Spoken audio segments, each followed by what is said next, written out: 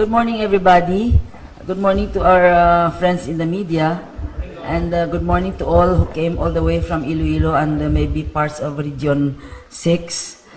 We are here now at the Provincial Disaster Office with our disaster head, Mr. Boyatrain, our Provincial Director, Colonel Rogelio Abran, and Mr. Larry Petinglay, our head of PSWD, and we are here to once and for all inform the public of what transpired, the sad tragic accident that happened in the mountain area of Igbukagay and Hamtik, no? So to rectify the initial information, because there was a bloated report, and apologies from all of us kasi that area there has no cell site.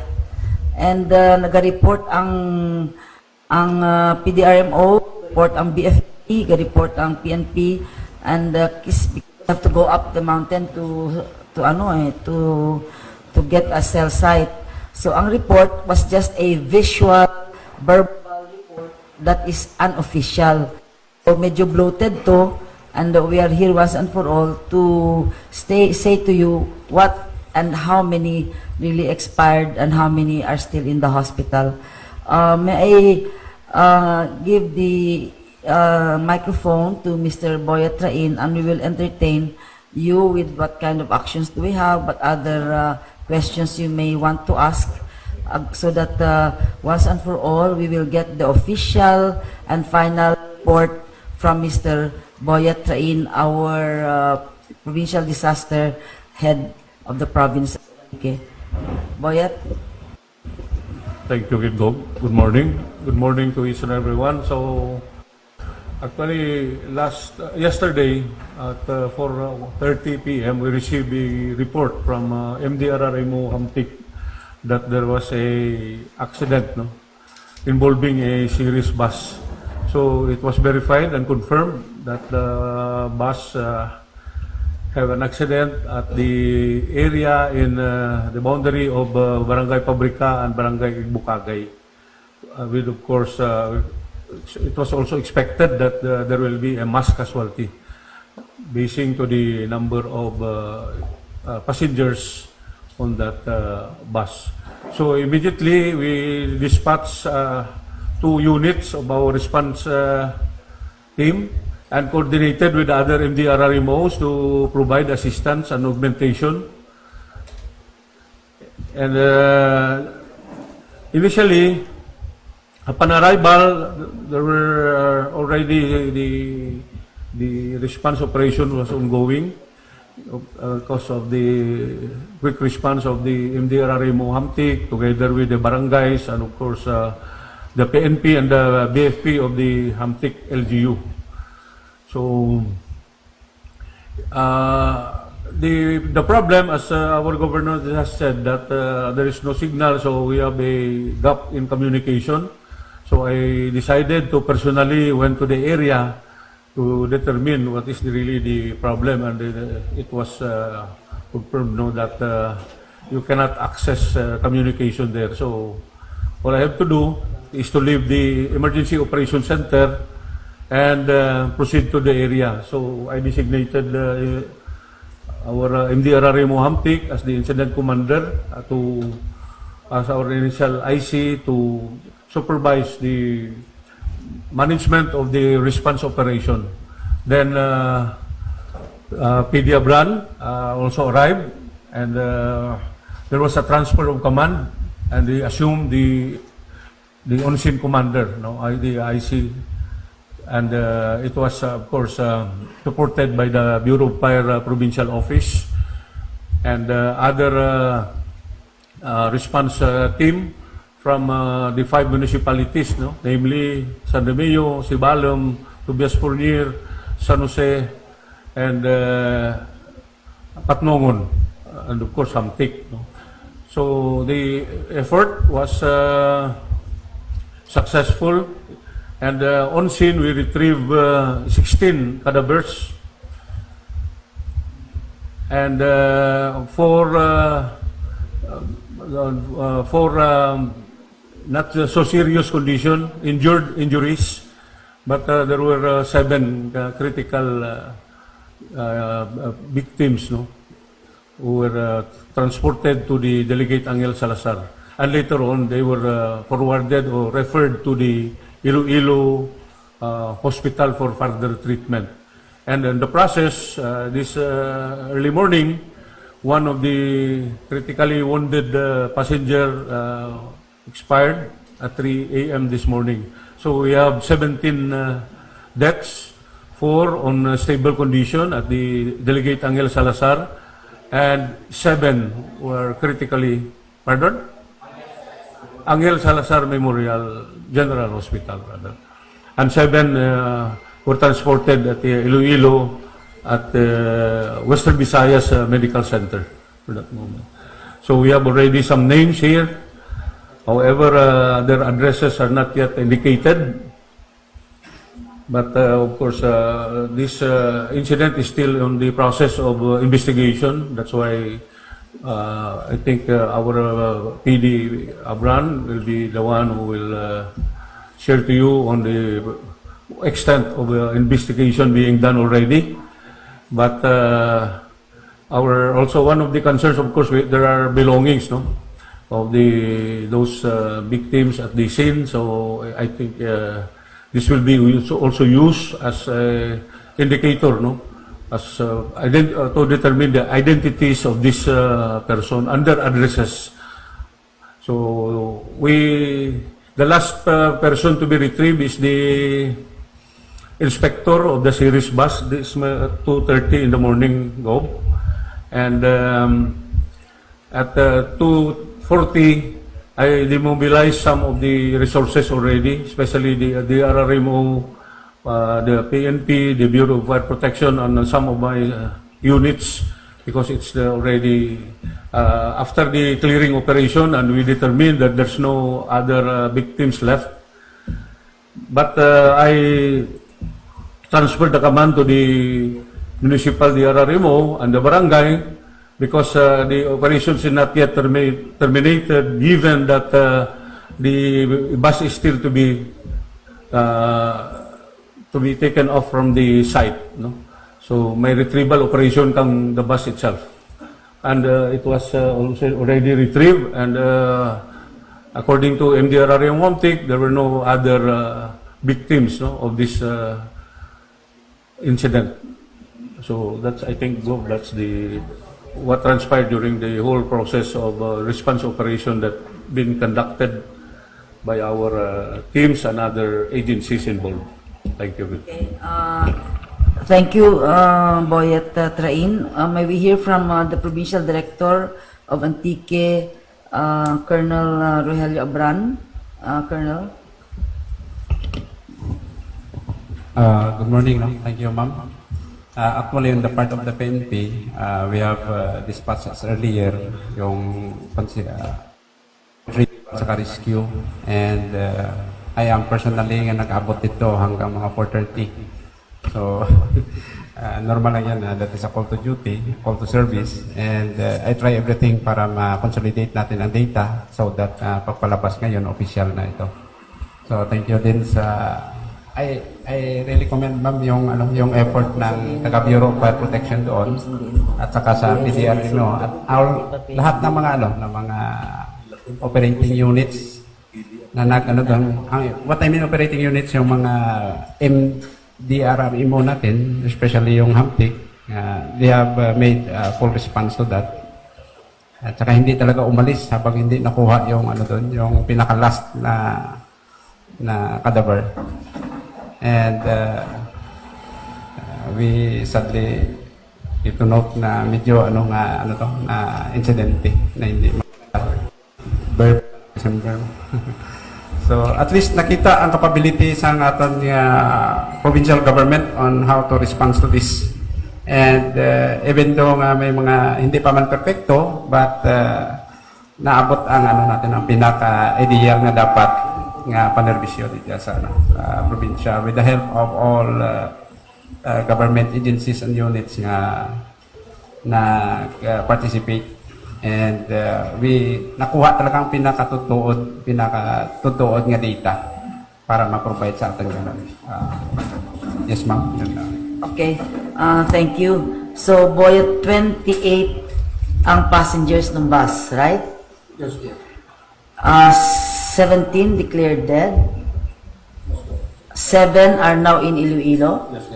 And 4 are now recovering at Angel Salazar. That makes 28. So that's the official tally.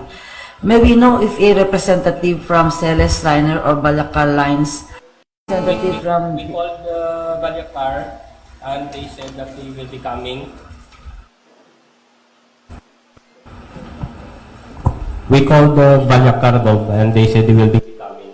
And we also called the representative from DPWH. And they will be coming Yeah. tomorrow. Okay. Sige. Bagay malayo ang Iloilo eh. So, Mr. Larry Pitinglay, our PSWD, what are our immediate and instant assistance to the victims, please?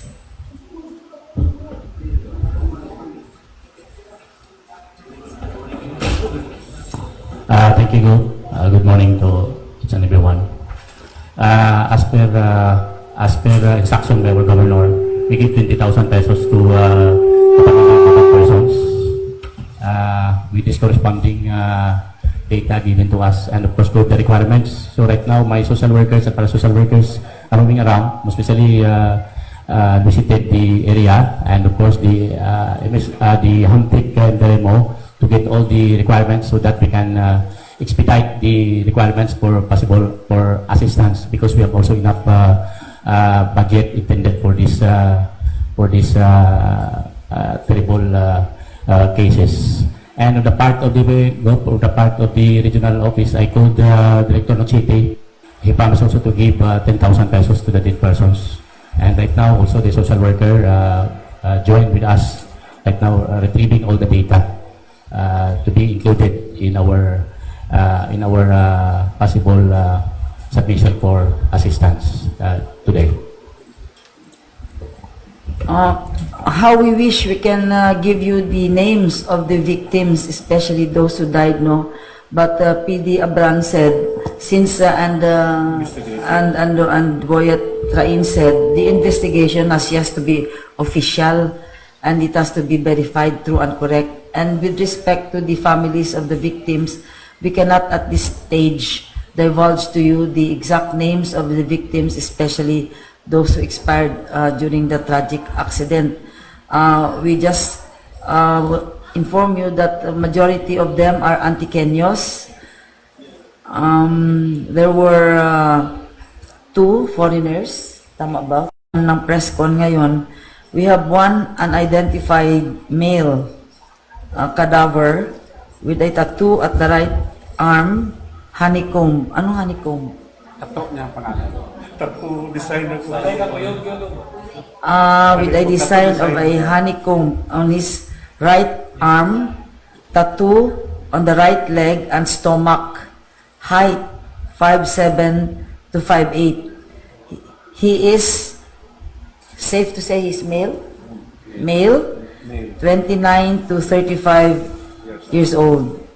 This is just unidentified, so baka meron tayong mga nakikinig ngayon, may nagapamati ka dyan, Antiqueño, nga may pariente ka mo nga ginahulat-hilat ninyo nga maabot nga nagsakay kahapon, or maybe you have not received any text from him. He is male, 29 to 35 years old. Sa morgue ka dyan, he needs to be identified. So panawagan natin, we'll use all the media people around here.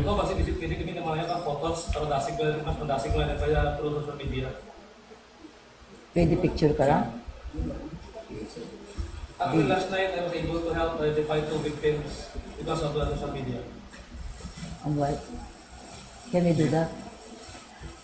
Ito lang, itong unidentified male. Yung tattoo lang siguro, but not the face, no? So, budlay rin na, siyempre, may ibang mga kamag-anak na very sensitive about these things. So siguro, Bam, Mr.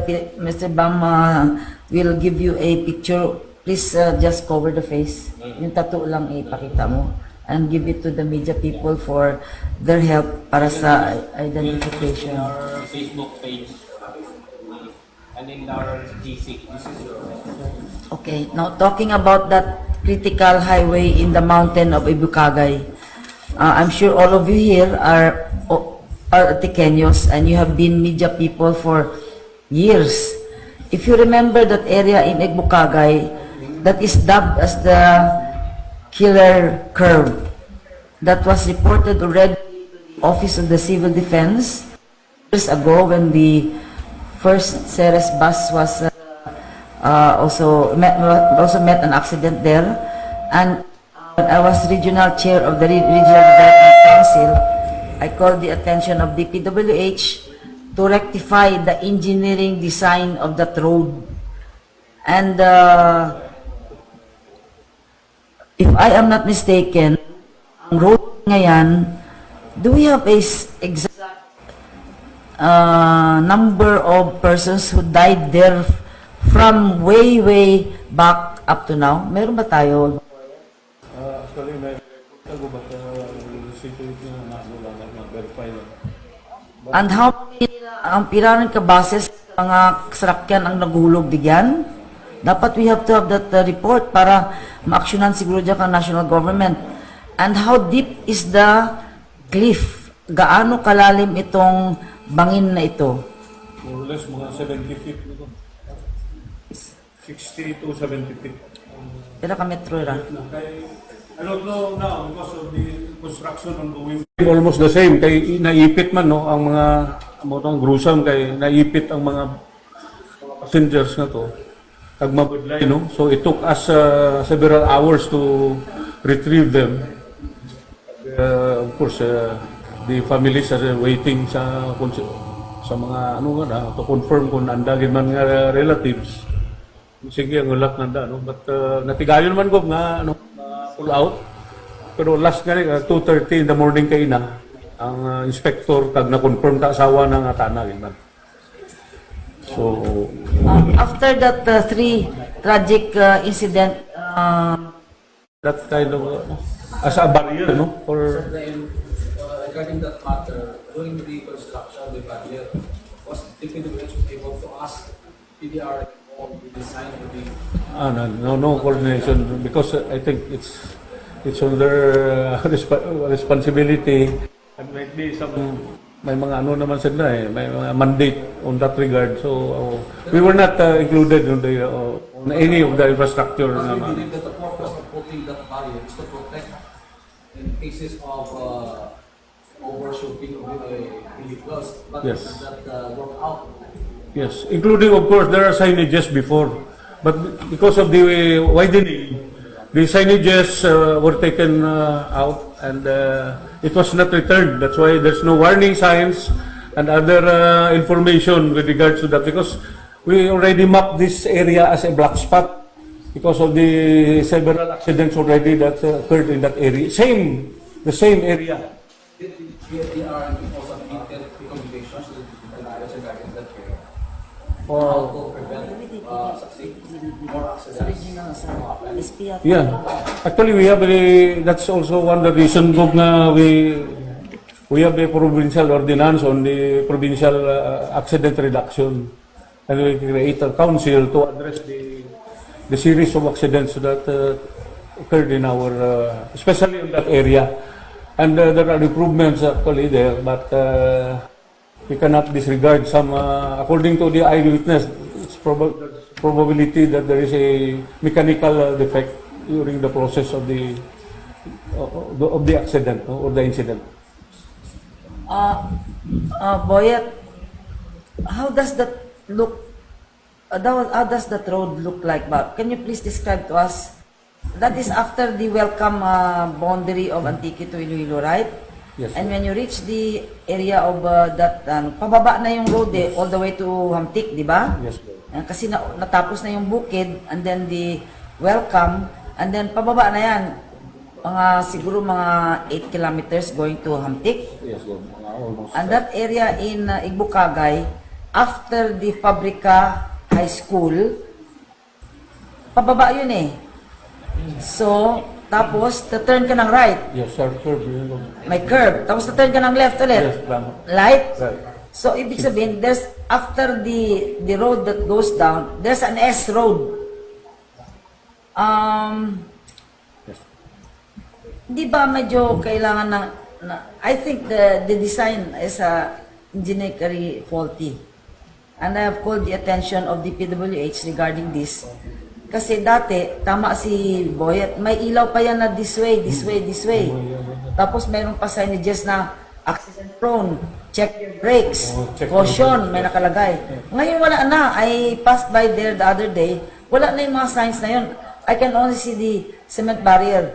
According to the witness, a certain teacher that aborted from Lindero, she's working there as a teacher, nag-stop kuno sanda. Please rectify this if it's true. Nag-stop sanda. And then the conductor and the driver were seen talking about a certain tire. Nandun sa baba. So, nagduda yung teacher na may problema na kaagad yung bus. Pero diretso pa rin sila. So, pagdating doon, pababa na yun eh. Pababa yung road. So, kung mawalan ka ng brakes talaga, kakanan ka dapat eh. Tapos kakaliwa ka ulit. Ganun yung road na yun. So, pababa mo ganyan, if it's a four lane, hindi ka pwede magsingita yung dalawang, parang hindi ako niniwala na 4 lane yan, kakasya ang 4 vehicle na pagsabay-sabay na magganon-ganon. And then after a while, lipatan naman natin. Then another accident will happen again. And then magut naman kita. And then tangan kang ang sign, dura naman. So I think once and for all, I appeal to DPWH na sana andito sila to condemn. Mga ilang metro yan from the start of the going down up to the second S. Mga ilang metro yan, Boyet? More or less, siguro, Mga 100 lang, ano? But Haiksi from lang. Fabrica to that area, sa accident area, mga almost a kilometer yan. A kilometer? 1 kilometer. Well, Sa maybe. Fabrica lang na, National High School. But from Lindero, another 1 kilometer siguro. So, boundary, so mga 2 kilometers. Sir Boyet, kabi, I tried to do some research all sa ibang countries ba, sa ibang places na similar ng mga area. So, ang barriers anda is, they put a barrier na taas, then may rubberized na may rollers, sir, na in kaso na may magbunggok na bus or car, whatever na vehicle, may malasa ng impact load, tapos ma-roll ka na. So, ka na lang ma-slide. So, I think Philippines or PK can do that kung gusto ko siguro. DPWH can study what they can do, no? Ang problema lang nila, pababa, Engineering. kakanan ka, tapos kakaliwa ka ulit eh. So there's an S there at the end. So kung matanggal sa natin yung S na yon, at saka maski pababa yung mga bus, pero kung dire-diretso sana pag ganun, wala sigurong accident mangyayari. Kasi pag nawalan ka talaga ng brakes, tapos kakanan ka, na mabilis, may time pa kaya nakakaliwa ka ulit. May momentum eh. Oo. And the teacher said, mabilis daw talaga. He was honking his horn. Parang warning everybody na, danger, danger. Parang nagpanic yung driver eh. Nagbubusina ako. Tapos ako parang telling everybody to brace for impact or warning everybody na there's a danger. Hindi daw mapigil ng brakes. If there's a brake, I'm sure the drivers already. Anti-Kenyos are really to serious eh. In fact, isang company dyan, tinigil na natin yung another company, di ba? But pangalawa na yan eh, na puro sira ang brakes. Ibig sabihin na, ano ba yan? Before accident ko ito, nagsaka ako dyan aga because may bipolar accident na natabo involving serviceman. Sabihin? Sa upload. So nagsaka kami dyan, dalawa ka engineer na naman, ang bal ng anak na sala ang likuan dapat may slope, medyo takilid ang galan, ikot ni tapan, medyo takipan para mapagpulong pero pag-isot na. So, interview kayo na si Vice Governor Dinos Kambal na may mus na resolusyon requesting na ibabawan ng structure ng galan. Medyo karoon sa slope, sa kami ba ito? na may medyo kapilit. Ako, I don't want an experimental solution. I want a final and solid and final solution. Ako, gusto ko i-condemn rin yung road na yan. So many Antiqueños died on that road section. If you can ask the national government to allot a substantial amount of money para i-detour ang road na yan, even if you have to blast the whole mountain para malagyan ng panibagong road, bakit hindi? Diba? Kasi kung experimental, malay mo, it will not work again. Mabilis eh. So, ang slope pagtaas na ganyan, yung bus, gaganyan. Hindi na siya tatalon na ganon, gaganon. Pero tatama pa rin siya doon. Liliko na naman siya dito. Hindi maganda yung road. Very ayan. Dobo, anong statement mo sa paggawa na ako di action mo sa paggawa na statement ni Most Reverend Marvin Masida. We also call on all government agencies concerned to conduct impartial investigation regarding the mishap in particular on the road worth of the series buses. Tambalan, pirmi natin mabatian, puro lang technical, ang mechanical, whatsoever, tanan ang raktrino. Hindi naman kaambalang driver raktrino, patay rin eh. So something wrong. So, pagkatamang DPWH, ang dapat imbestigahan, but of course, the Vallacar Transit. Definitely. In fact, if the family of the victims would file a class suit, no, I am not instigating though. Pero, of course, we understand yung kanilang sama ng loob at saka yung grief nila. But if they would like to file a class suit, Mr. Larry Petinglay and I, we are willing to ask our provincial legal office to assist our lawyers there to assist in their legal needs. Regarding naman sa sinasabi mo sa, kasi sasabihin na naman na wala na naman ng brakes. That's the second argument that they told us. The first one, nabalan din daw ng brakes.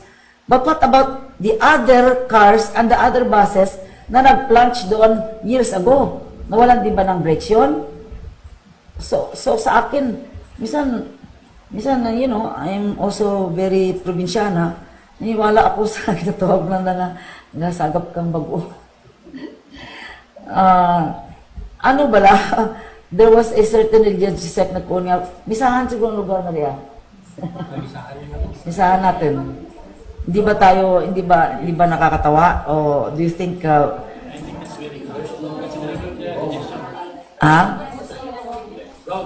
Questions from Yes, Ilulo. From Corporation, clarification lang daw, you mentioned earlier na you're once chairman sa RDC. So, para sa inyo tayo, na-raise mo yan ang concern? Yes, I passed a resolution sa Regional Development Council. I dubbed that area as Killer Curve. Nandun yan, if you open the books of the RDC during my term, nakapasa ako ng resolution yan and I addressed it to DPWH na i-rectify ang lugar na yan. But yung solution nila is that cement barrier which is not even enough to stop a bus. Siguro auto siguro, but a van, ewan ko kung kaya niyan i-stop ang van. Pero maski na ilagyan mo siguro yan ng barrier, tapos lagyan mo yan ng elevation na sinasabi nilang engineer. Pero ang itsura kasi pag ano eh, bang! Parang blind. Broken and blind. May pababa, tapos may S dito. So kung dito pa lang tayo sa Ibukagay, sarhanan natin yung portion na yan at magawa ng bagong road and then come out better here. Siguro mas maganda kung ganun. Once and for all, let us spend a lot of money for that certain area that has already claimed lives of maybe more than 50 Antiqueños already. No, Boyet? Kay apat na passenger bus ang naulog dyan sa... See? Ano ko lang, sa, if my memory serves me right. May mga... Darwa ka series na eh. Maybe... Aside from the cargo trucks na, several cargo trucks actually nahulog na dyan din. To put more teeth to the complaint or to request of the provincial government, maybe we have to dig on the official cars, buses, and delivery trucks who really na-aksidente doon. How many has already been down there? Iba nga kasi nandun pa yung katawan ng iba eh. Kinuha lang nila yung makina daw, but the wreckage is still there. naluma na ng panahon. So how many died? How many cars and trucks plunged in that area para magkaroon ng ano yung ating request na hindi lang himuon nga daw experimental ang himuon ng Dakadja, kundi something na final na hindi na for the last time wala nang mahuhulog dyan na maski na ano pa. So ako I appeal na kailangan tayo maggawa ng paraan together, all offices here should request for a final solution to that. And my knowledge lang is to condemn that portion of the road, not the highway because we need that as a vital link to Iloilo. Only that portion there. Why don't we just condemn it and make another road inside para matanggalan na yung area na yan na nag-ES na yan? Go. Yes. In fairness, Gov, no, sa Vallacar Transit Corporation, every time na mag-stop sila sa nga mga terminals, they check their buses, para magdiliwan from Iloilo to Antique and some other areas. Siguro we should suggest to the DPWH to construct a new road.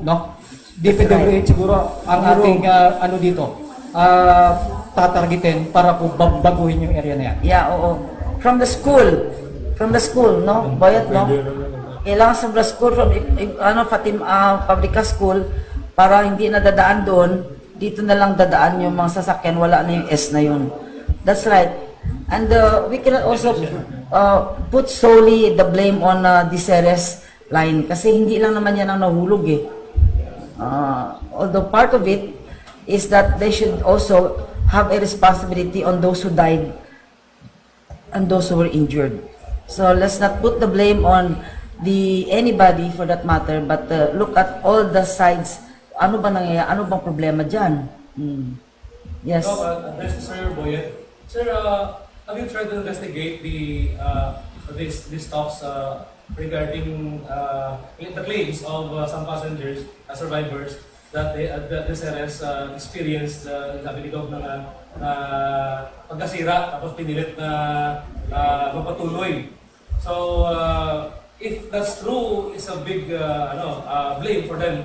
Kasi supposedly pag mayroong mga ganyang maliit na sira, rescue agad or lipat pasahero agad. So ano yung mga nila ba? So have you tried to investigate that, sir? No, because it's pure allegation, and I think the investigation should rely on the shoulder of our Philippine National Police. Okay, so this would be PD side. Sir, boss, ano nga may na side swipe? Allegation din. But, No, kayo, bata, di ba? Batang babae. Batang babae, but actually ito is not side sweep na no. Because according to the story, he was pulled by her companion. That's why he was spared from being hit by the bus. But there is also a story that prior to the impact at the barrier, the bus driver is already continues honking his vehicle to signal the people that there's problem with the bus. So that's also an allegation. That's, we're not there when that story is told. Sir, in terms of the total number of casualties, how sure are we na sa idalong sang bus, wala na sang natapunan natin na casualty? It was thoroughly inspected Ang prior posisyon to sang the... bus, ang pang-posisyon sang bus prior to the pagpasakat si Karina o pagkamataman si ipasakat sa personnel sa Vallacar Transit, napa-upright na to make sure na wala magiging sa tao sila. The position of the bus is upright actually. So meaning, naglupad yun siya, magbagsak. Hindi bulusok eh. Taas ang ulo, and of course, ang front ng bus talagang total wreck. Meaning sa impact niya sa barrier, wasak siya. Tumama sa barrier din. That's why ang driver ko, bura ang talin sa ano na eh. Nakastrap pa eh. Tapos ang mga tanan ng mga biktima, doon sa dinas na to sa dalam sa rear side ng bus. That's why it might be the cause of the death. Siguro mga tambak-tambak eh. One on top of the other. Yes, Bob. That's the real picture. Yes.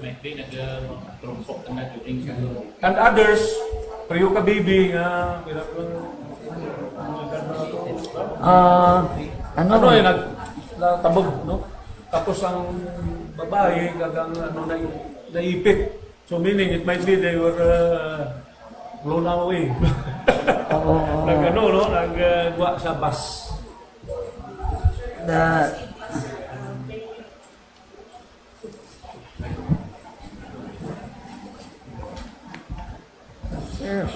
For OCD, sir, what assistance is OCD extending to the victims and also to the provincial government? Ngayon, because there are also seriously injured patients, no? And the assistance is provided for those who were casualties. Will there be also assistance for those who had been seriously injured because of the incident? Sagutin mo asawa mo. Kaya ta kayo nag-usap kagabi. Good morning again. The part of the casualties na mga dead persons, may I request all the families concerned to come to our office and submit your pertinent requirements. Ang importante ka dyan, inyong ID, kagang certificate of eligibility nga mapirmahan ninyo kay si Go, gusto na gid nyo magtao right away. On the part of our injured persons, gina-assess natin right now, it depends on the capability, of course, of the family, and at the same time, we will coordinate with the DSWD, as of the moment. Pero kung kailangan nila food packs, we will give food packs good, no? And at the same time, psychosocial interventions. The most important here is the psychological first aid, and of course, the spiritual support for the family. So that's why my social workers are now roaming around, ginapakantuhin natin sa mga na-identify na go, identify natin dyan mga gamay walang gate, so ginapagto sa mga balay ng sa funeral, no? If just in case, para once and for all, makapture natin mga requirements. Thank you. Yung baby boy is 1 to 2 years old. He was with his father or a male. Presumably his father, pareha sila ng ng apelyido eh. His father died also in that accident.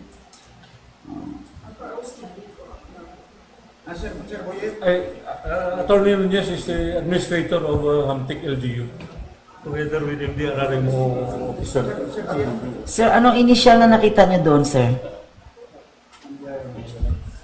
As of now, good morning to all of us.